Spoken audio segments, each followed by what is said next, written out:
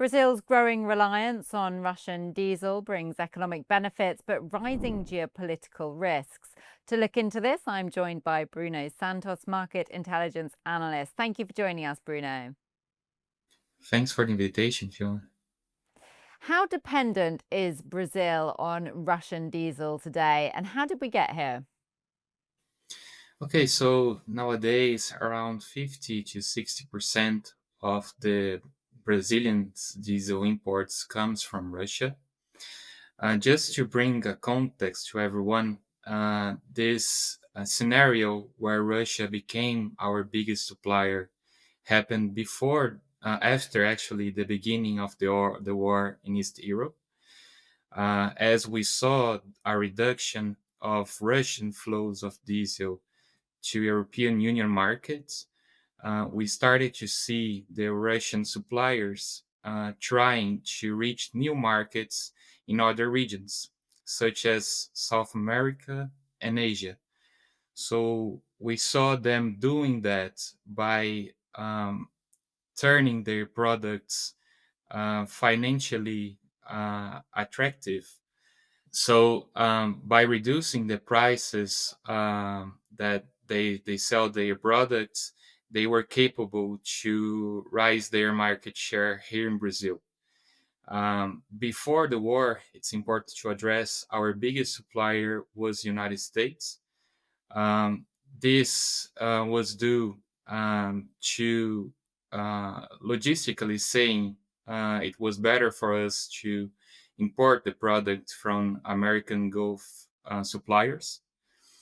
But when we see that Russia made an additional effort to reduce their prices, it made for us more financially attractive to internalize Russian products, even with logistical costs, even with higher logistical costs. So that's the scenario today. We are seeing over the last months a reduction on Russian diesel acquisitions by Brazilian tradings. However, it's important to address that we are seeing some difficulties for them to do that, exactly because of the difficulties to reroute uh, those diesel flows that comes to Brazil. And I guess this dependency leaves Brazil exposed to geopolitical risk. Why is this dependency a problem, especially in light of potential US tariffs? Yes, sure. So what we are seeing today is higher threats coming from the White House to promote those retaliatory tariffs to countries that acquires energy products from Russia. We saw this happening to India, and now we face these threats here in Brazil. It's important to address that Brazil nowadays already have higher tariffs for many products that we export to United States, around 50% of tariffs. We saw some exempts, mainly on products that American economy relies on, such as energy products and agricultural commodities as well. But now we face this threat, and there are some worries to the Brazilian authorities that we may pass through the same scenario that India is passing now. So don't see nowadays efforts from the Brazilian government to change this scenario of imports. We still see that our imports profile continue to have higher Russian diesel flows coming to Brazil. But there is some worries that we may face some difficulties to change that over the next months, especially because we see a global scenario where diesel stocks in important regions such as United States and Europe are in a lower level. And exactly because of this, we may see some difficulties to, by logistically saying, divert our imports by imported higher volumes from other countries. So the scenario today is that although we see some efforts from Brazilian tradings to diverse their acquisitions, there are some difficulties in a global level to find those cargoes from other regions than Russia. So, India recently faced 50% US tariffs despite scaling back Russian imports. What lesson does this hold for Brazil? Yeah, for Brazilian economy, we see those worries rising exactly because we already suffer with a 50% tariffs here, you know. So there are some worries that we may see a rise on those tariffs as Brazil isn't capable to diverse our diesel imports. And it's important to address that not only diesel, but we also import a lot of fertilizers from Russia.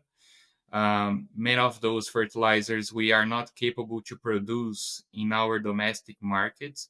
So we rely on those imports that the main origin for some fertilizers are Russia as well.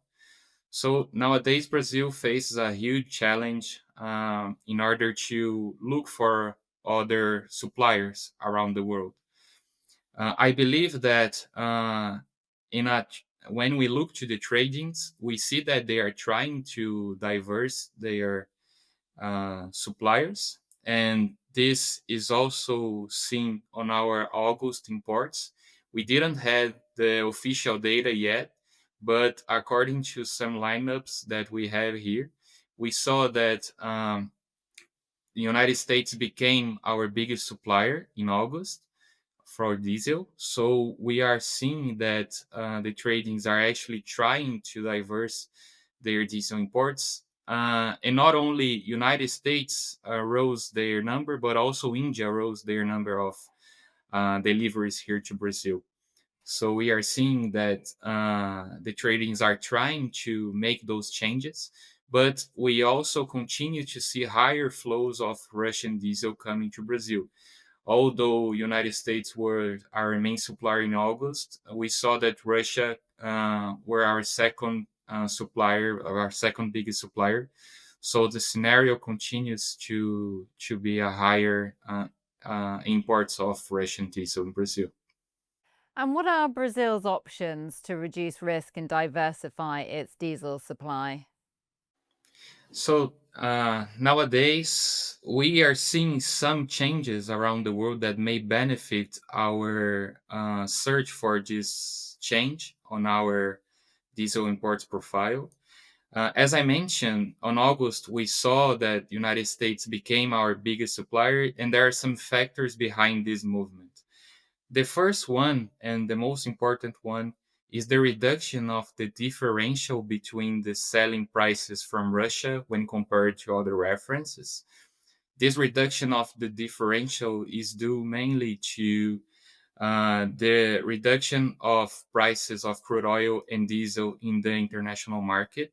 So as we see those reduction of prices, we also see that Russia isn't capable to continue with this higher differential between their prices and other references.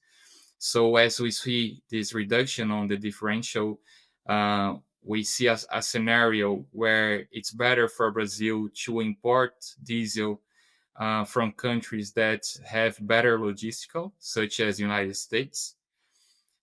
We are also seeing that Russia is facing right now a disruption of fuels production in some regions as the attacks from Ukraine targeting refineries in Russia made some regions have those scenarios of disruption in their fuels offers.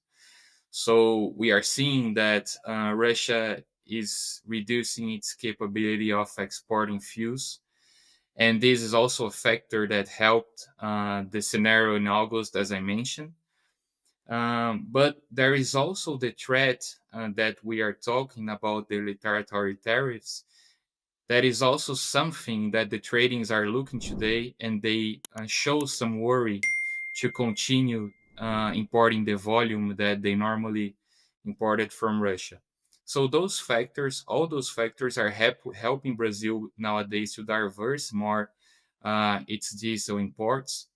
However, it's important to address that at least on the short term, it will be really difficult for Brazil to suspend totally our Russia diesel imports. They continue to be important supplier in Brazil.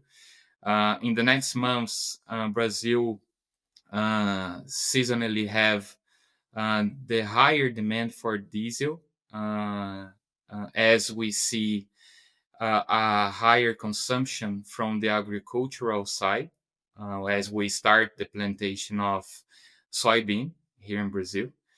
So the scenario for Brazil for the next months is that although the tradings are trying to diverse more their origins, it will be really difficult for us to suspend totally our Russian diesel imports. Well, thank you very much for your analysis, Bruno. Great to speak to you. For more videos like this, please do like and subscribe.